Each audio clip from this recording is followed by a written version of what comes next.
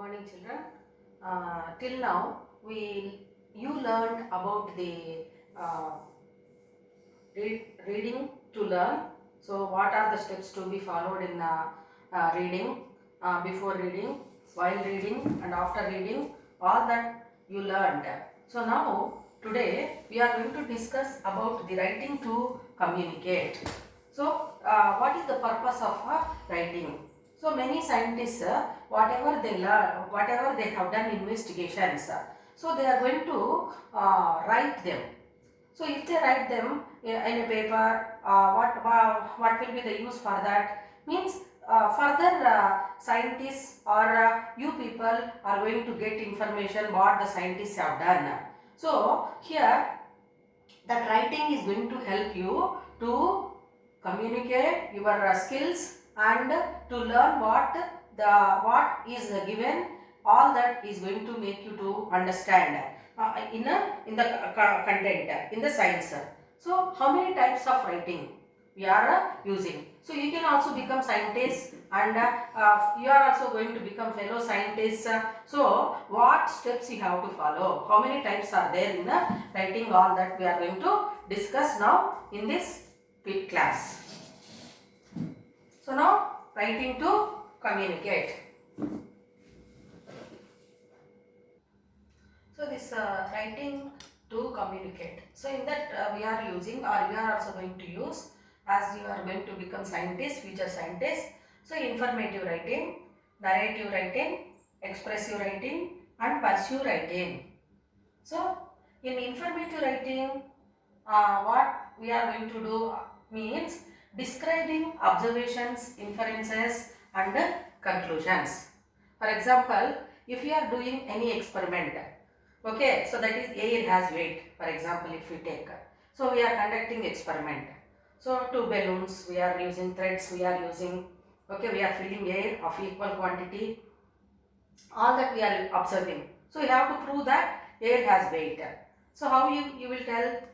One of the balloons you are going to pierce it with pin. So what will happen? The balloon with air, it comes down.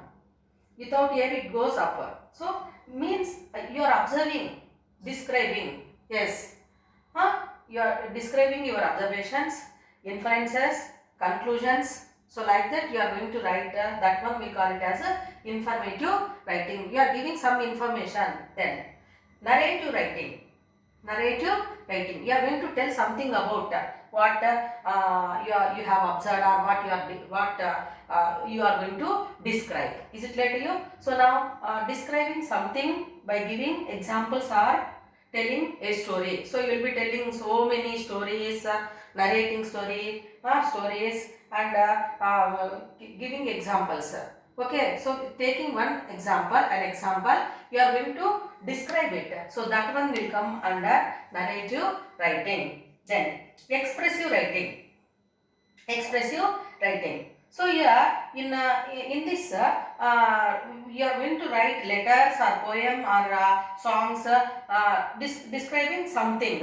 Is it clear to you? So you are going to express your views in writing. So that one like poem, song, etc. Suppose if you take suppose if anyone is going to write about rain. So they are going to describe how the droplets, how they reach the earth, and all that they are going to describe it.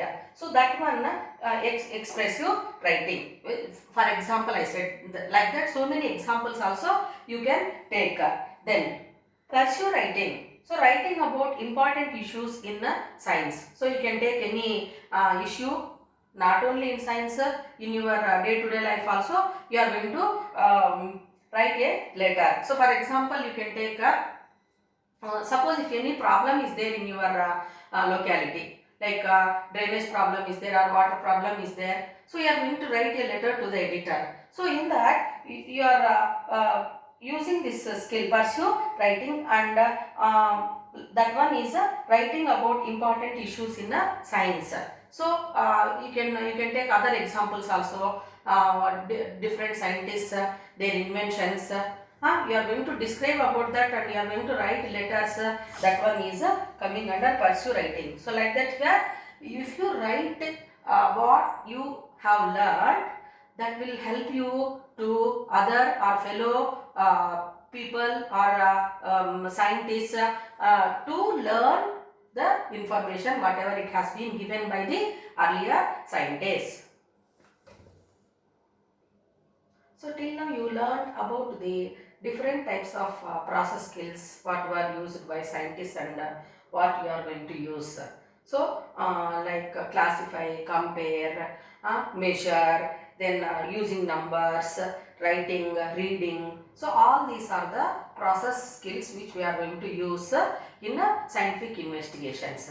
So now as you are going to do investigations, where do you do investigations? Where the scientists are going to do investigations means they may be observing nature, but as a whole, if they want to do investigation, they are going to work in a place called a laboratory. So where do scientists work means in the labs, in the research institutions.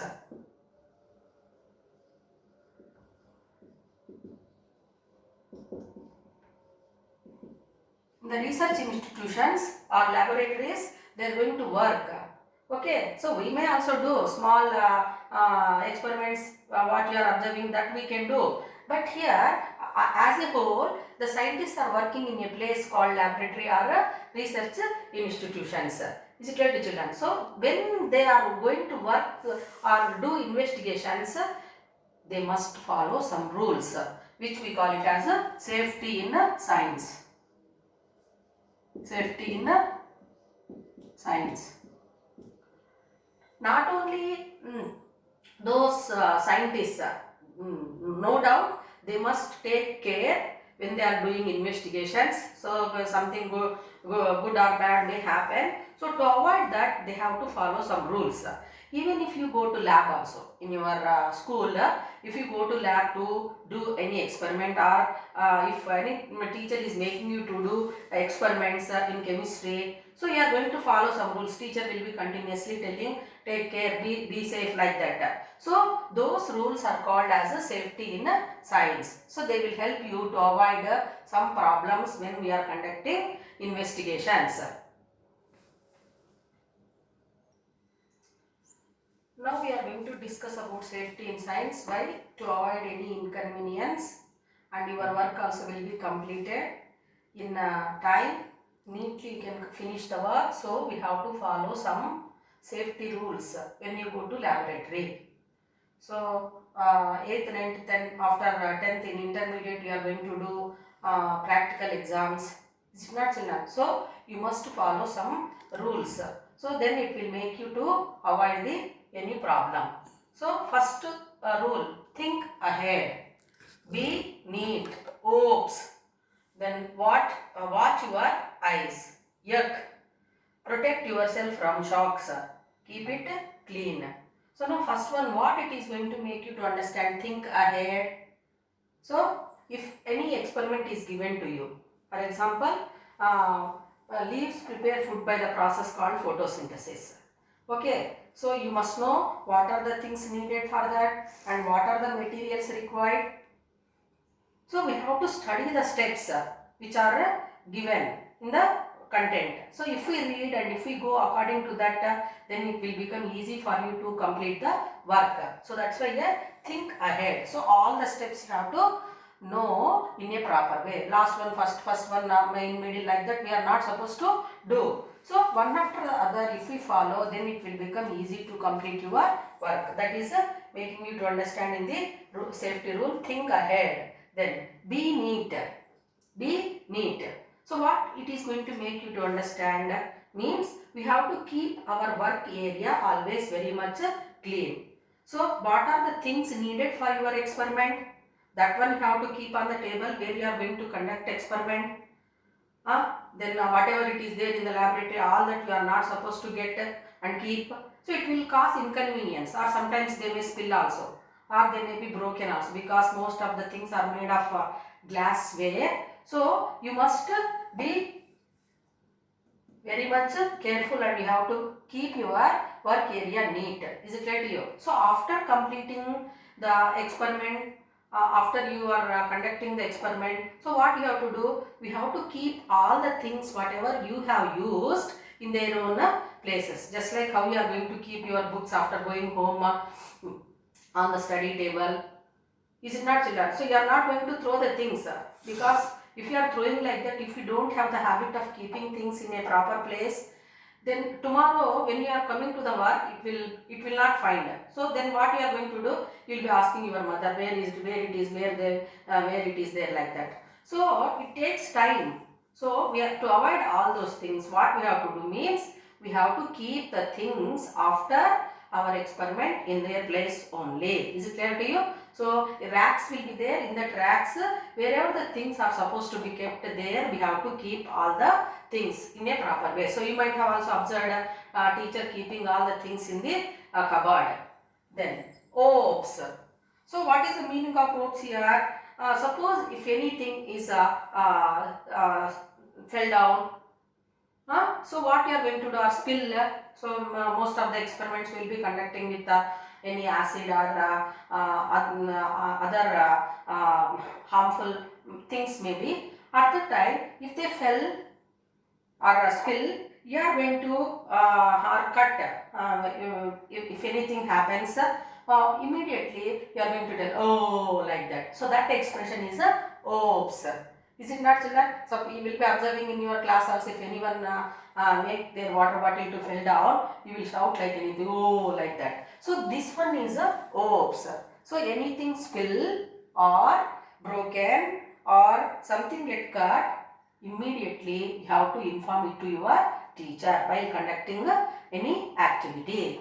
Then watch your eyes. Watch your eyes. So in that, what you are doing, when you are going to do any experiment, especially like any activity, chemical reactions when you are doing, sometimes the smoke, it may reach your eyes and it may cause some inconvenience or pain in the eyes. So to avoid that type of problems, we have to use goggles. Is it related to safety goggles? If we use, then definitely it will make or it will keep your eyes in a safe side. So that one is said to be watch your eyes. Then yuck. What is that expression making you to understand?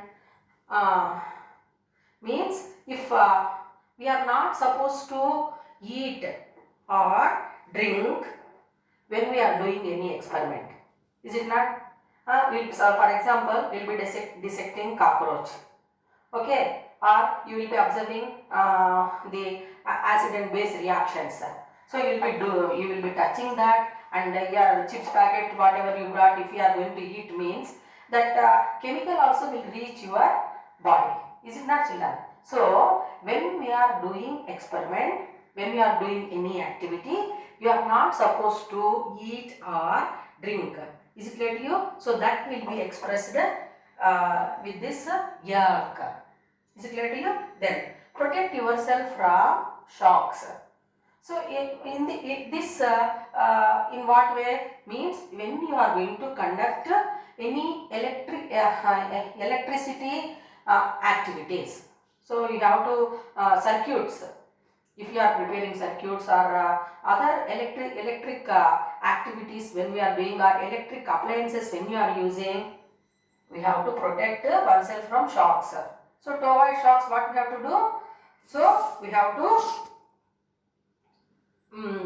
wear chappal, slippers we have to wear. Then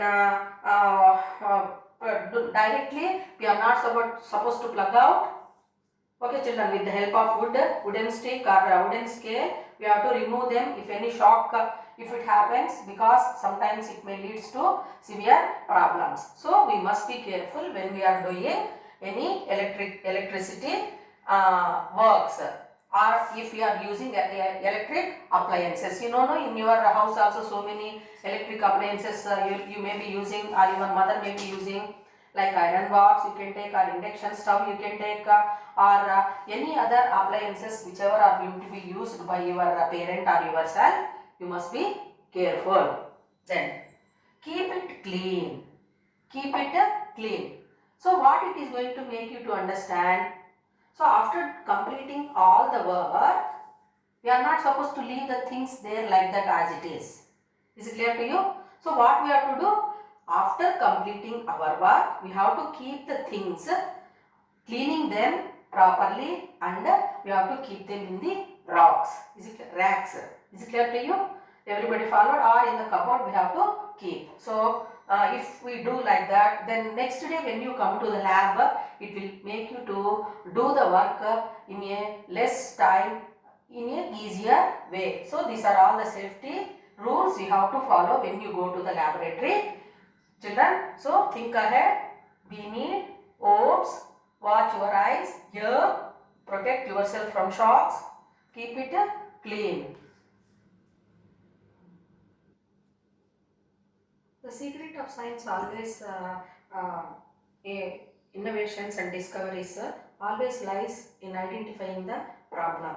Means whatever already truth, whichever is there, we are going to give it. We are going to identify it. Is it not, children? So the heliocentric theory was given by Copernicus. What it is going to make you to understand what is this heliocentric theory means. We know that the earth revolves around the sun. Everyone knows. Is it not, children? The earth is revolving around the sun. That we know. That was given by Copernicus. So actually that the earth revolves around the sun it is truth. Okay. Before Copernicus said, everyone was thinking that the sun is revolving around the earth. Like that it was in their ideas. But Copernicus, whatever truth it was there, it is proved by Copernicus. Means what? We are going, science is always based on the truth. So heliocentric theory is going to make you to understand about the earth revolves around the sun. It is given by Copernicus. Before that also, before Copernicus gave also, the earth was revolving around the sun only. Then earth's gravitational force, it is also given by Newton. So before Newton said also, earth is having some gravitational force. That is the reason everything is going to fall on the earth. Is it not, children? But Newton proved it by following scientific method. So earlier scientists were not, earlier people were not believing. Later these scientists, they said, they proved it, then it was accepted all over the world. So Earth's gravitational force is given by Newton, Sir Isaac Newton. So many scientists, they worked a lot in finding out the problems and giving solutions by using different methods. What you learnt in this lesson. So necessity is the mother of invention. So we know Corona. So what they said, till now we did not get the vaccine for that. In spite of that also, we are going to take so many precautions, wearing mask. Is it not, children? Using sanitizer, not touching the things, not moving in a big crowd. So we are all going to follow something. Is it not, children? To have to be in safe side. So here also necessity, if it is there, definitely we will work for that. So then we can know the new things. We can identify the new things. That's why necessity is said to be the mother of invention. It is a proverb. And all the information in science to make you in a clear way, in a simple way, it was given by a scientist called F. Kochari in the book called History of Science. You can also get so much of information if you read that. If you are interested, you read the book. You are going to follow so many steps, children. Already we learned that. So in a sequential order, if you follow the problems and solution, what to do, how to do, so in this way, then it will you will also become a scientist, children. So identifying a problem, any problem. Okay. Then making hypothesis. So hypothesis means already I said, possible answer to be tested. Then collecting information. To prove that hypothesis, we have to collect the information. Then data analysis. Okay, we have to analyze where the problem. Then we have to know where the problem means. We have to do the experimentation. then result analysis, finally generalization. So if we follow all these steps, then it will become easy for your scientific investigations. Thank you.